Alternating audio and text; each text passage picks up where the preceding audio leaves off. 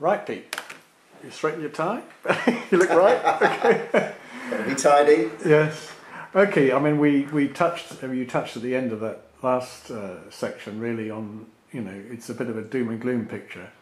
And with any change, there has to be some hope at the other end that something can be done about it. Otherwise we all get into denial or avoidance or high anxiety or go crazy, whatever, or just distract ourselves. So we're now going to move on to solutions. So perhaps you could just introduce us to that a little bit and then go into whatever you want to go into. Fine, well maybe we can take solutions in two slices because historically, of course, you're quite right that a lot of this has been around gloom and doom, and in a way that's been pretty destructive from a point of view of the general population, because I think they're inured now to the fact that this doom and gloom hasn't actually materialised, because they were led to believe that this might take years, whereas of course it's maybe going to take centuries.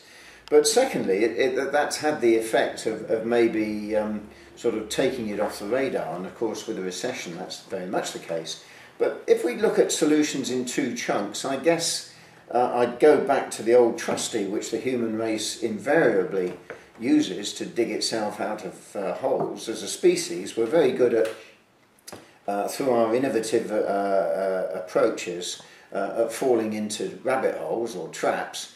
But then, of course, we rely on technology to get us out of it. And so if we first look at technology, and then associated with that is the whole regulatory framework and taxes which drive the process from governments. And then in the second half, we can look at more detail about how proactively, I think, the role of supply chains, the big brands, the global brands, can react as well, and indeed we can also look at taxes there, but as incentives, the tradable permits and so on. So a bit of input-output economics, if you like. So let's look at the role of technology. And first of all, of course, based on European experience, there's been a very clear remit from the 1980s, 1990s, coming from Strasbourg and Brussels, around the importance of regulation as a first stage mover in this. So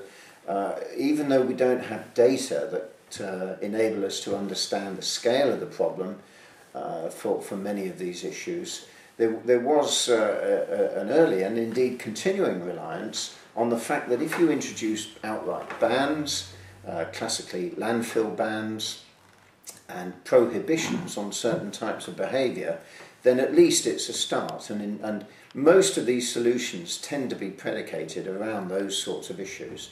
So we've got a whole panoply of environmental regulations in Europe now, which I think certainly many people in the States feel that they're inappropriate to their experience in a slightly sort of differently motivated economic structure. But the Australians, the Canadians are all, and indeed the new entrant nations in the European economy, and maybe behind them even Russia, are looking to the EU for the framework regulations that they've introduced. And at the moment, those are sufficiently well developed in terms of a resource efficiency agenda, doing more with less, or this whole argument around this sort of input-output ratios of resources to sold products, and they're working towards the concept of producer responsibility, which we'll talk about in the next slot. But as a result, those taxes and regulations, most notably in the case of the UK, landfill prices went from around £7 in 1996 with no taxes, to today, where we're looking at 15 years later, we've got landfill taxes at £58 a tonne, and landfill gate fees of nearer £82 per tonne, £85 per tonne, depending on where you are. So this is the impact of hard economics that either immediately or in a medium-term fashion send clear signals that if you pollute, if you don't use resource efficient systems, then it would just become more expensive. So the so-called internality pricing signals are bludgeoned into change.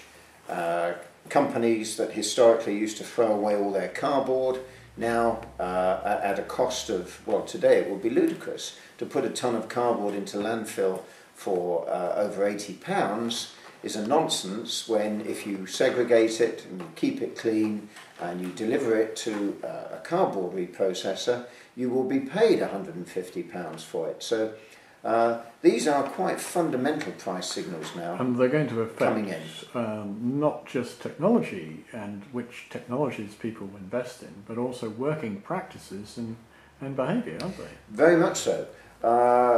What that's done in the UK in the technology context has meant that instead of burying stuff under the ground, there are only three other things you can do with waste. You can either put it on the ground, so that's compost. You know, I tend to think around waste as a carbon. So if you think of it as a reusable carbon, whether it's as a metal or whether it's as cardboard or paper, then instead of putting it in the ground as landfill, you can put it on the ground as compost. You can take it down a thermochemical route to produce heat and electricity, i.e. you either burn it or bake it.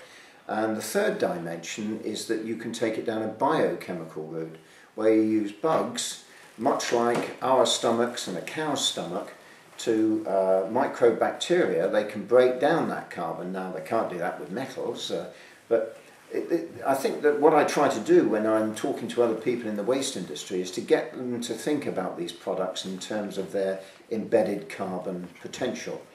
Now if you break down those three segments, then of course the cheapest option, where we've seen much evidence in the US, in Australia, and in the Western European countries, sometimes for different reasons, is around biochemistry. The Germans have been using anaerobic digestion, air-starved systems with cultures of bacteria to convert biogenic food waste. It must be clean, it must be free of plastics and aggregates, but you can convert that into a gas, and you can put that gas into an internal combustion engine or into a boiler system to generate steam. And you can use pig slurries. You can broaden your approach by co-mingling forestry wastes with food and conventional industrial commercial arisings with pig slurries, animal manures and so on. So that's one box. In the intermediately expensive box, you've got those technologies that, unlike AD, which operates around 80, 90 degrees, anaerobic and digestion, is anaerobic digestion, which is a pasteurization process, then you move it up a gear from 350 degrees to around 800 degrees. You're moving into gasification systems, and beyond that, at 1200 degrees, you can use plasma arcs with an anode and a cathode, and you can blast this organic material. And at the lower temperatures, you get methane, CH4, and carbon dioxide, CO2, plus a few other things. But as you move up that temperature scale, of course, the technology cost, sophistication, and the energy input is going up and up and up. But by the same token, you're moving towards a spectrum where at the very top of the spectrum with plasma arc gasification, you're producing hydrogen and carbon monoxide.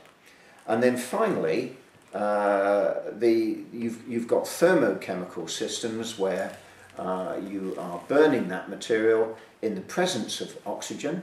So rather than in air-starved environments where you're producing gases, in the thermochemical process with air, you are producing heat, which takes you to steam, which takes you to steam turbines, so you're producing heat and electricity. And the important thing with all these technologies, which certainly in Western Europe is now coming to the fore, is to create an understanding of what the carbon dioxide impact of these different systems are, from the point of collection of the material to its preparation as a fuel feedstock, because anaerobic digesters don't run on the same feedstock necessarily as compost operations. And the same goes for thermochemical systems. So you've got collection and logistics, you've got fuel preparation, you've got fuel conversion, and then you've got fossil fuel displacement at the end. And that is now creating quite an extensive science into this concept of carbon footprinting, so that in net terms we're better off than just burying it in landfill. Great, Pete. We'll carry on with this in the next section. Fine.